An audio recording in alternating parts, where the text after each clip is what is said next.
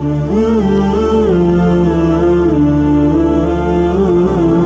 اللہ الرحمن الرحیم۔ محترم سامعین السلام علیکم۔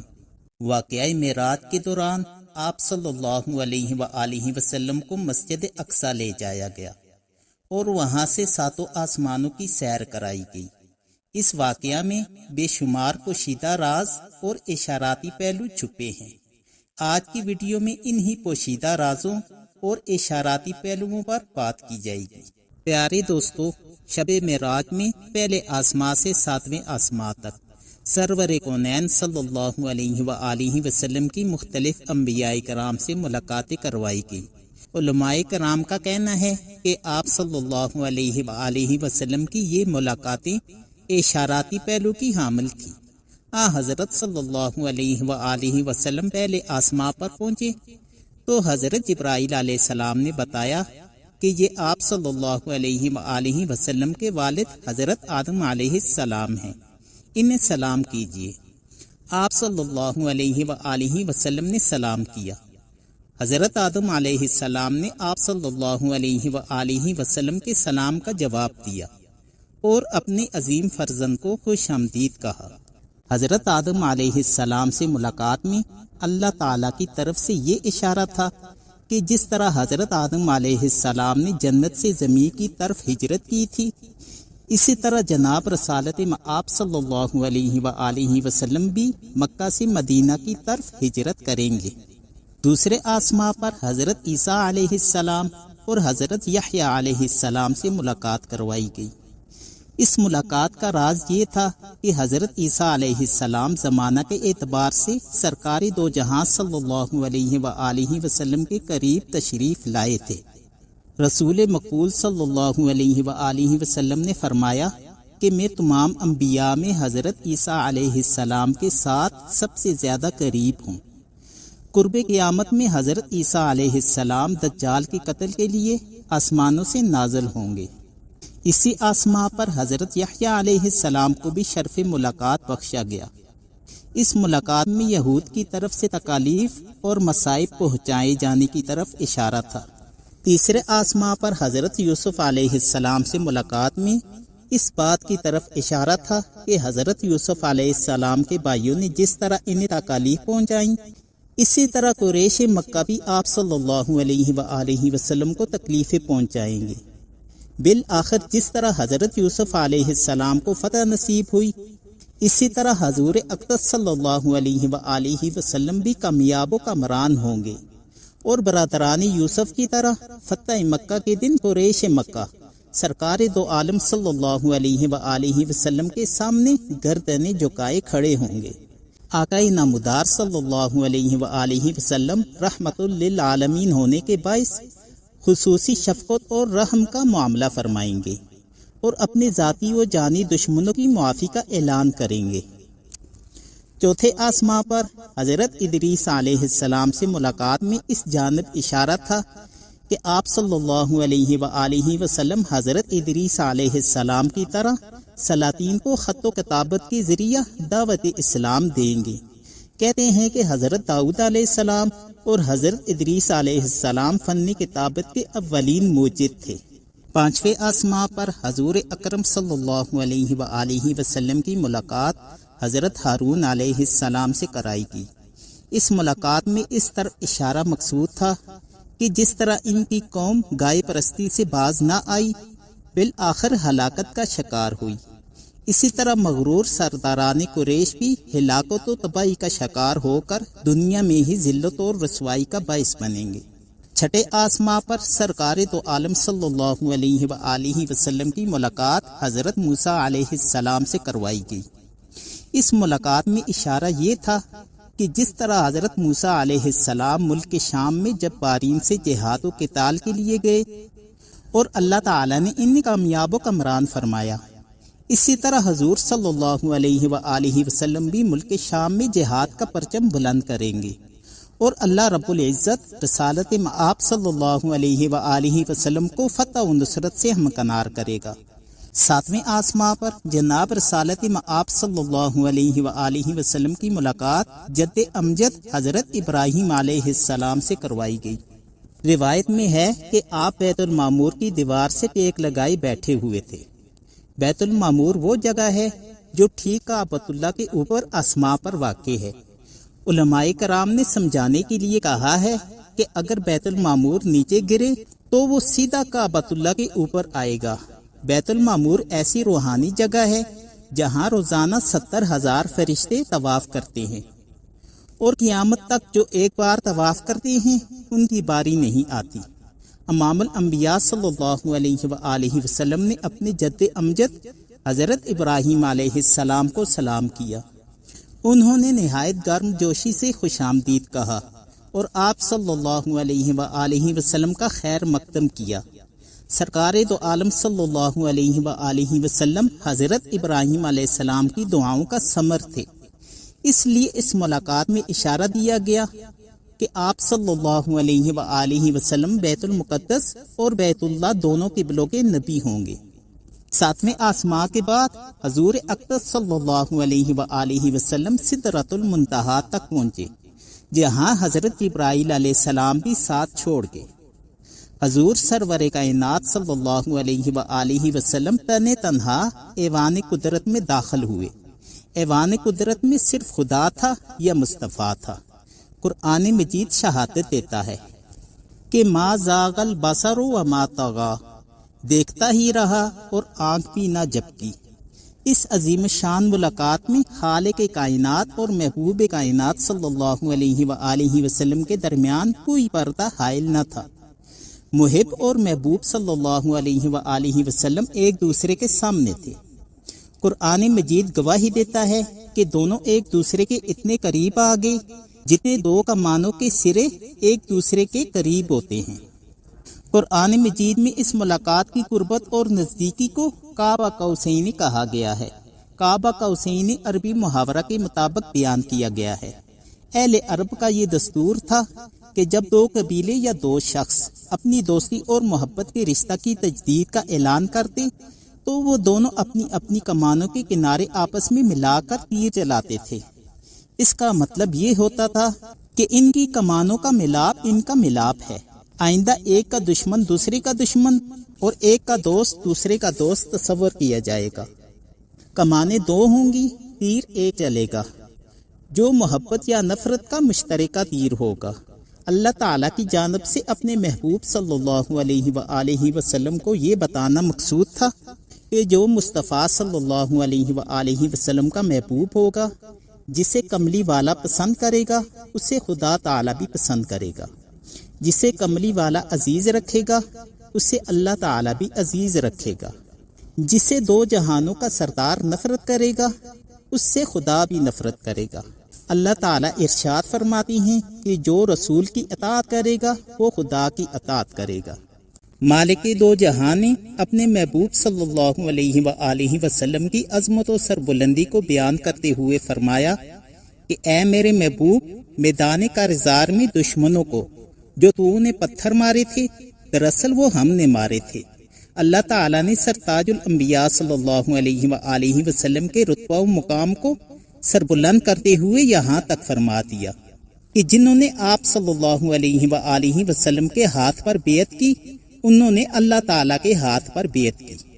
مالک کائنات کو آمینہ رضی اللہ عنہا کے در یتیم سے اس قدر پیار تھا کہ نبی کریم صلی اللہ علیہ وآلہ وسلم کے ہاتھ کو اپنا ہاتھ قرار دیا۔ یہ عظمت و شان کسی اور نبی کے حصہ میں نہ آئی۔ ہماری روزمرہ کی زندگی کا مشاہدہ ہے کہ جب بھی کوئی شخص کہیں مہمان بن کر جاتا ہے تو وہ اپنے میزبان کے لیے تحائف لے کر جاتا ہے۔ مہمان اپنے معیار، مرتبہ اور استعداد کے مطابق تحفوں کا انتخاب کرتا ہے۔ ذرا غور فرمائیے کہ شہنشاہ دو جہاں فخر کائنات صلی اللہ علیہ وآلہ وسلم اپنے مالک کے لیے کیسے انوکھے تحفے لے کر اس کے دربار میں حاضر ہو رہے ہیں۔ یہ تحفے حسب ذیل تھے: التحیات للہ، تمام قولی عبادتیں، والصلوات، جسمانی عبادتیں، والطیبات، مالی عبادتیں۔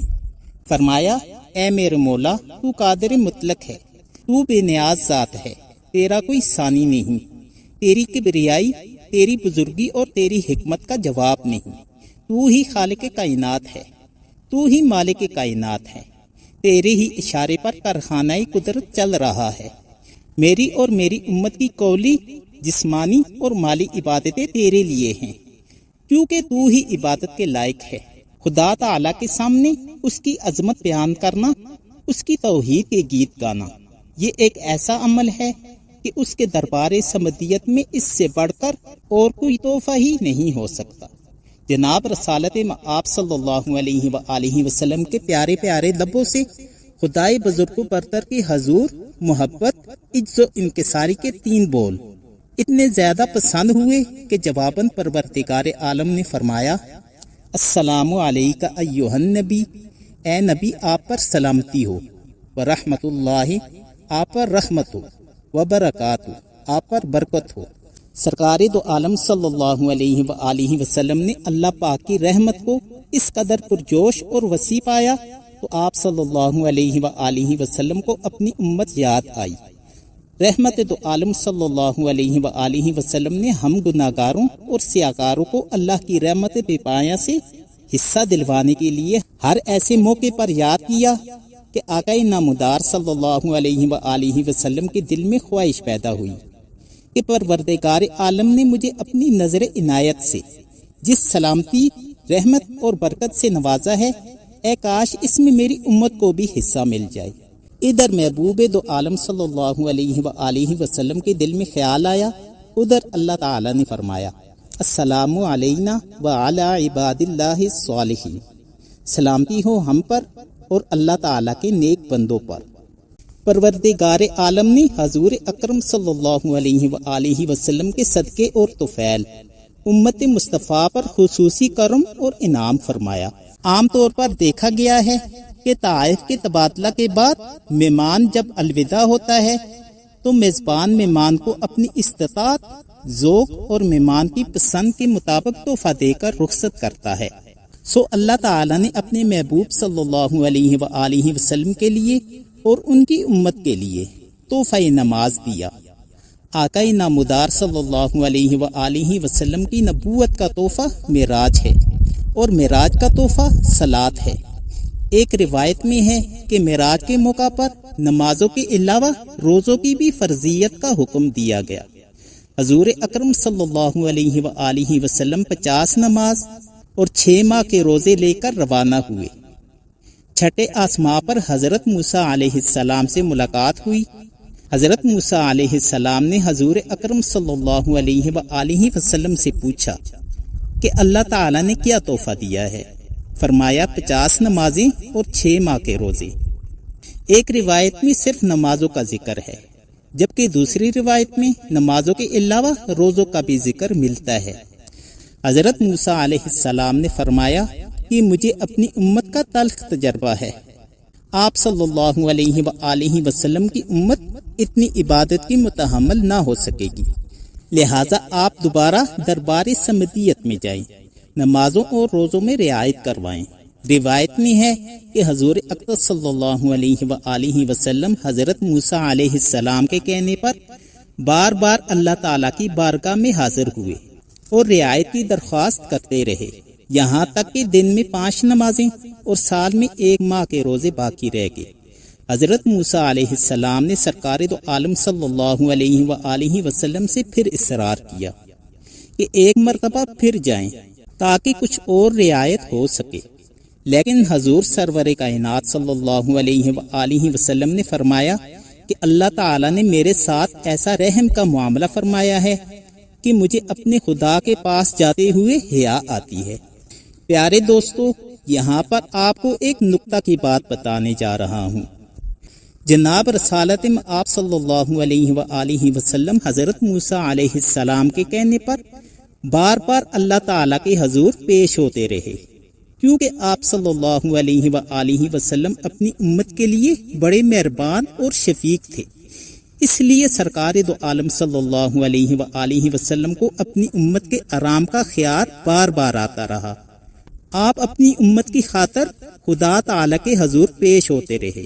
یہاں بزرگوں نے ایک نکتہ اٹھایا ہے کہ ہمارے عظیم پیغمبر صلی اللہ علیہ وآلہ وسلم امام الانبیاء ہیں۔ اور کمال و خصوصیات کے اعتبار سے تمام انبیاء سے افضل و اعلیٰ ہیں۔ حضرت موسیٰ علیہ السلام کے ذہن میں جو بات آئی کہ آپ صلی اللہ علیہ وآلہ وسلم کی امت اتنی عبادت کی متحمل نہ ہو سکے گی، یہ بات حضرت صلی اللہ علیہ وآلہ وسلم کے ذہن میں کیوں نہ آئی؟ حالانکہ آپ صلی اللہ علیہ وآلہ وسلم اپنی امت کے مزاج شناس تھے۔ اکابرین نے اس نقطہ کو اس طرح بیان کیا ہے کہ حضرت موسیٰ علیہ السلام جناب نبی کریم صلی اللہ علیہ وآلہ وسلم کو بار بار خدائی القاء کے ذریعہ دربار خداوندی میں بھیج رہے تھے۔ دراصل خدا تعالیٰ کو یہ بتلانا مقصود تھا کہ اے موسیٰ، تو میری تجلی کی ایک معمولی سی جھلک دیکھ کر بے ہوش ہو گیا تھا، لیکن میرا محبوب صلی اللہ علیہ وآلہ وسلم بار بار میرے جلووں کا اور میری تجلی کا نظارہ کر رہا ہے۔ ایک تو تھا کہ میرے جلوہ کی تاب نہ لا سکا، ایک میرا محبوب ہے کہ بار بار میرے جلووں اور تجلیات سے کیف و سرور حاصل کر رہا ہے۔ نہ تیری آنکھ دیکھے نہ چشم انبیاء دیکھے، مجھے دیکھے تو اے موسیٰ نگاہ مصطفیٰ دیکھے۔ اللہ تعالیٰ نے 50 سے 5 نمازیں اور 6 ماہ سے 1 ماہ کے روزے کر دیے، اور ساتھ ہی امت مصطفیٰ کے لیے یہ پیغام دے دیا کہ آپ صلی اللہ علیہ وآلہ وسلم کی امت 5 نمازیں ادا کرے گی، ثواب 50 کا ہی ہوگا۔ روزے 1 ماہ کے رکھے گی لیکن ثواب 6 ماہ کے روزوں کے برابر ہوگا۔